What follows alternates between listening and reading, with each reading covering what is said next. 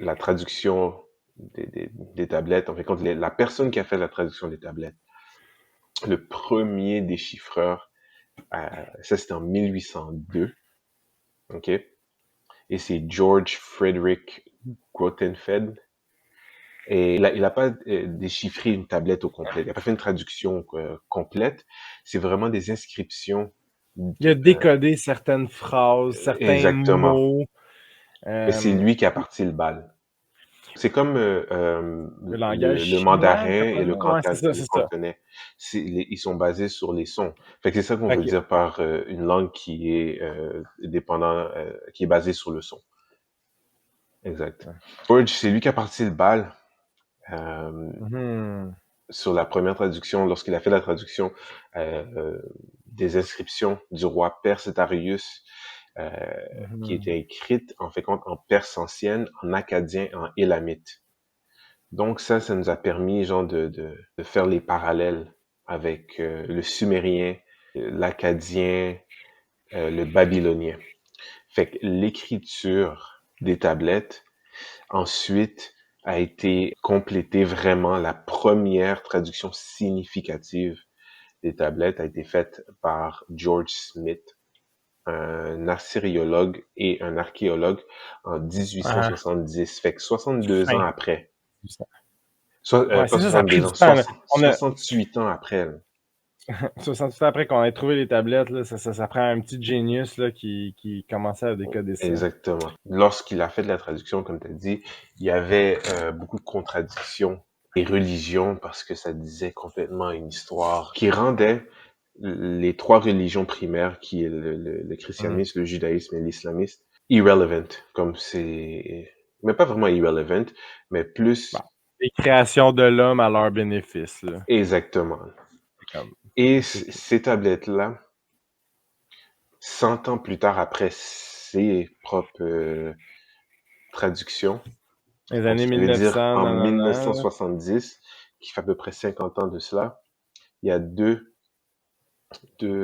autres traducteurs Ouais, qui sont très connus, Stephanie Dalley et Samuel Noah Kramer. ben oui. Et ils ont confirmé les tablettes, en fait compte, Les les messages, traductions, les là, messages de George exactement. Smith. Et si vous voulez vraiment aller en détail, il y a un site web euh, qui s'appelle du Ben, UCLA. tu le C'est une mettras en, université. tu le mettras en sous-titre. Si les gens Ouais, veulent ça y va être aller, dans là. la description plus bas. Vous allez pouvoir voir les traductions des tablettes directement sur euh, le site web de UCLA. Et ce qui est le fun, c'est que euh, l'université même donne des cours sur la traduction, sur l'histoire des Sumériens, des tablettes, etc. Hmm. Donc, ça commence à être pris au sérieux par les institutions éducatives. Bon, Euh, fait que là, on a des tablettes, OK, avec une des plus anciennes formes d'écriture connues, OK. Non seulement ça, il y a plusieurs peuples qui ont utilisé ce procédé-là puis qui ont écrit l'histoire ancienne exact. de Ouais. notre monde Mhm. sur les tablettes. Puis il y en a, je sais moi, une dizaine là, sortes de langues, là, tu sais, juste pour pas les nommer. Tu sais, il y a bien sûr les Sumériens, tu sais, 4500 ans avant Jésus-Christ. Il y a bien sûr les Égyptiens, 3600 ans avant Jésus-Christ. Il y a les Élamites, 3000 ans.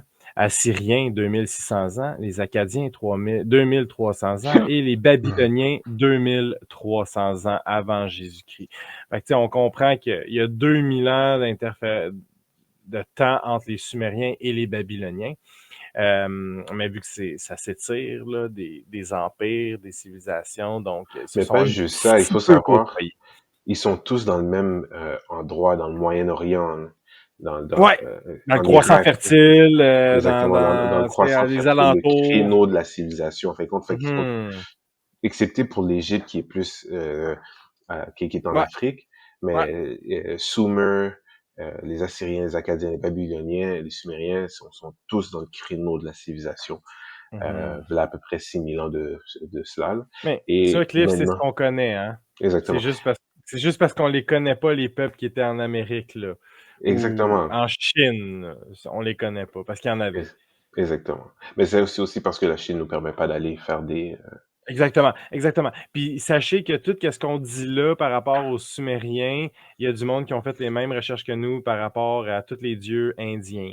Il y a tout le travail qu'on fait là, plus poussé envers les Sumériens, les Acadiens puis le croissant fertile. Tu as le même travail à faire pour tous les dieux indiens, les peuples indiens puis les peuples chinois qu'on n'a pas accès. Mais indiens, on a plus accès à leurs vestiges qu'ils ont dans leur pays, bon, qu'ils ont indiens, trouvé tu veux dire lors de... les hindous? Oui, l'Inde. OK, Pas exactement, les les Indiens. Indiens d'Amérique, là. Je suis pas. Les Exactement, Indiens. oui. Mais non, on a accès, les hindous, ils ont une Exact. culture très large et si on lit leur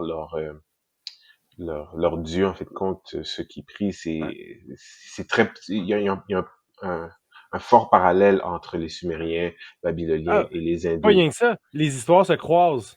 Exact, ouais. Dans les tablettes sumériennes, il y a mention des noms des peuples indiens qu'on retrouve tous dans.